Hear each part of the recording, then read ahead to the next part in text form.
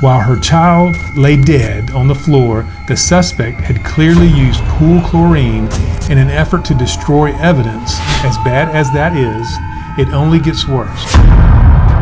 Have you ever witnessed a child getting abused and you just wanted to call DCF? What do you do when the very own DCF agent abuses their own child brutally?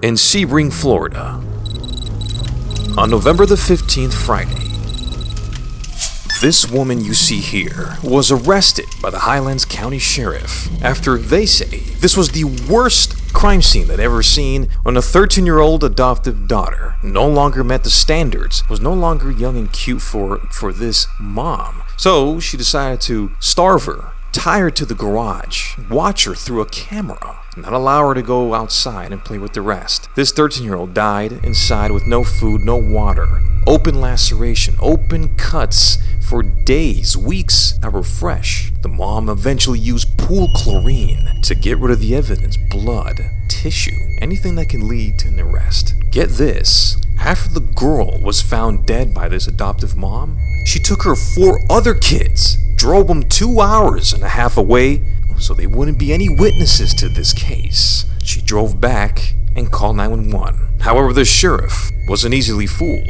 Say hello to 34-year-old Diane Natasha Mack. This is the woman, a former DCF, Department Children and Families, an agent who was sworn to protect kids. However, she herself betrayed that. Deputies were called to 4015 Bianca Street in the Sun and Lakes of Sebring community at 12:19 a.m. today, Friday, November the 15th. When they arrived, they found a 13-year-old girl unresponsive on the floor next to the front door. She was pronounced dead at the scene by EMS.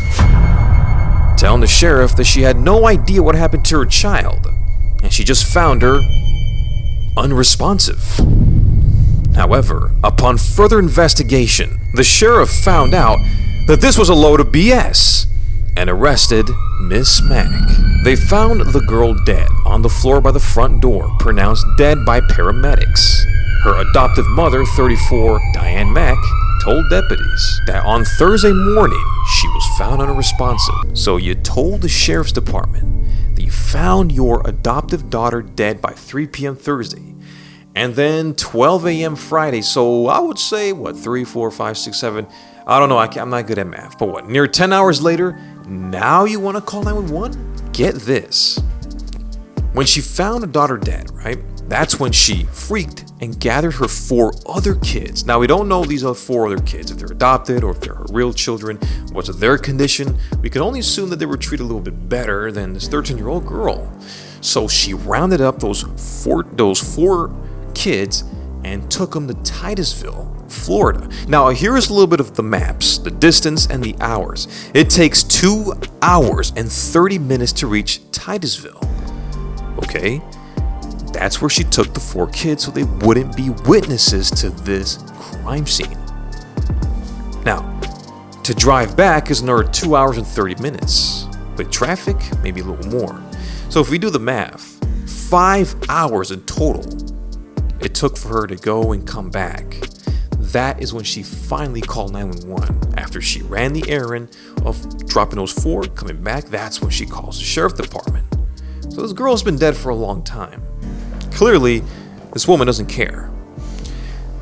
In the words of Sheriff Blackman, as he said, as bad as it is, it only gets worse. This is something that no amount of law enforcement experience can prepare you to face. Upon further investigation of the home, revealed evidence that this 13-year-old girl was homeschooled. She was restrained to the garage. Detectives don't know how long, but she definitely was there for a long time. Open wounds, laceration, cuts, bruises, you name it, all over the 13-year-old's body. Now, detectives further investigated and they found a security camera attached inside of the garage to monitor the girl's movements and make sure that she never escaped.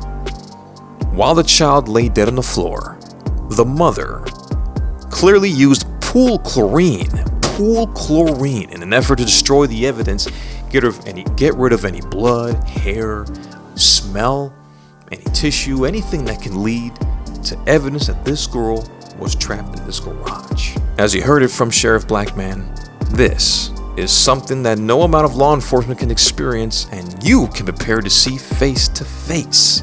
Now, as of now, Miss Mack, this former DCF agent, sworn to protect kids, well, now she's facing some serious charges, of course. The charges include first-degree murder while engaged in aggravated child abuse, as well as aggravated child abuse, kidnapping, and destroying evidence. She is being held without bail in the Highlands County Jail. Now, that's the very latest in this case. It's terrible indeed. If you're a parent out there, you tell me what you feel. What do you think is the appropriate punishment for this woman? Death penalty?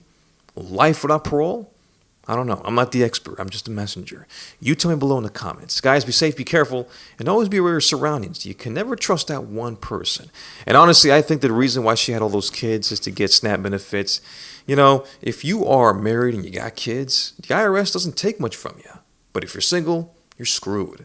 So I think a lot of people get all these kids to get advantages. I mean, think about it. Why do you have all these kids adopted?